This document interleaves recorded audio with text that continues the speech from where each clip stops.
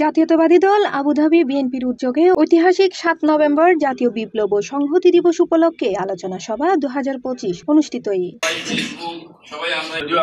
নভেম্বরের ১৫ তারিখ শনিবার আবুধাবির উগ্র রেস্টুরেন্টের হল রুমত অনুষ্ঠান উদযাপন আহ্বায়ক কমিটির সভাপতি ও ইউএ বিএনপি আহ্বায়ক কমিটির সদস্য সরওয়ার আলম ভুট্টোর সভাপতিত্বে এই অনুষ্ঠানের আয়োজন করা হয়।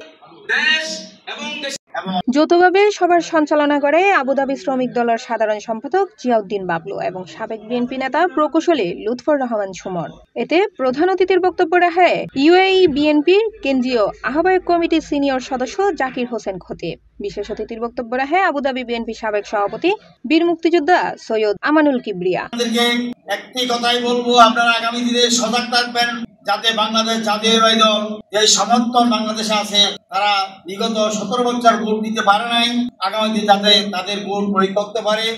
নির্বাচন আমাদের সামনে, এইটা আমাদের আসল বিপ্লব। এই অনুমতি নিয়ে আমরা প্রবাস থেকে একজন জিয়া রহমান ভেবে আমাদের কাজ করতে হবে। আবুধাবি বিএনপির সাবেক সিনিয়র সহসভাপতি প্রকৌশলী মিজানুর রহমান সোহেল, সাবেক আবুধাবি বিএনপির সহসভাপতি মোহাম্মদ বাসামিয়া, মিরফা বিএনপির ভারপ্রাপ্ত সভাপতি কবির আহমেদ, সাধারণ সম্পাদক নুরুল আলম, আবুধাবি বিএনপির সাবেক প্রচার সম্পাদক সৈয়দ মনিরুল ইসলাম আনার, সংগঠনের সভাপতি মোহাম্মদ জামাল উদ্দিন মাহমুদ হোসেন সহ আরো কেউ।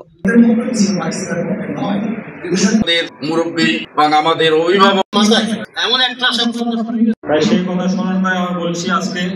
অনুষ্ঠানত স্বাগত বক্তব্য রাখে সংগঠনের সহসভাপতি, অন্যান্য অতিথি হল এবং নেতৃবৃন্দ সহ আরো কেউ।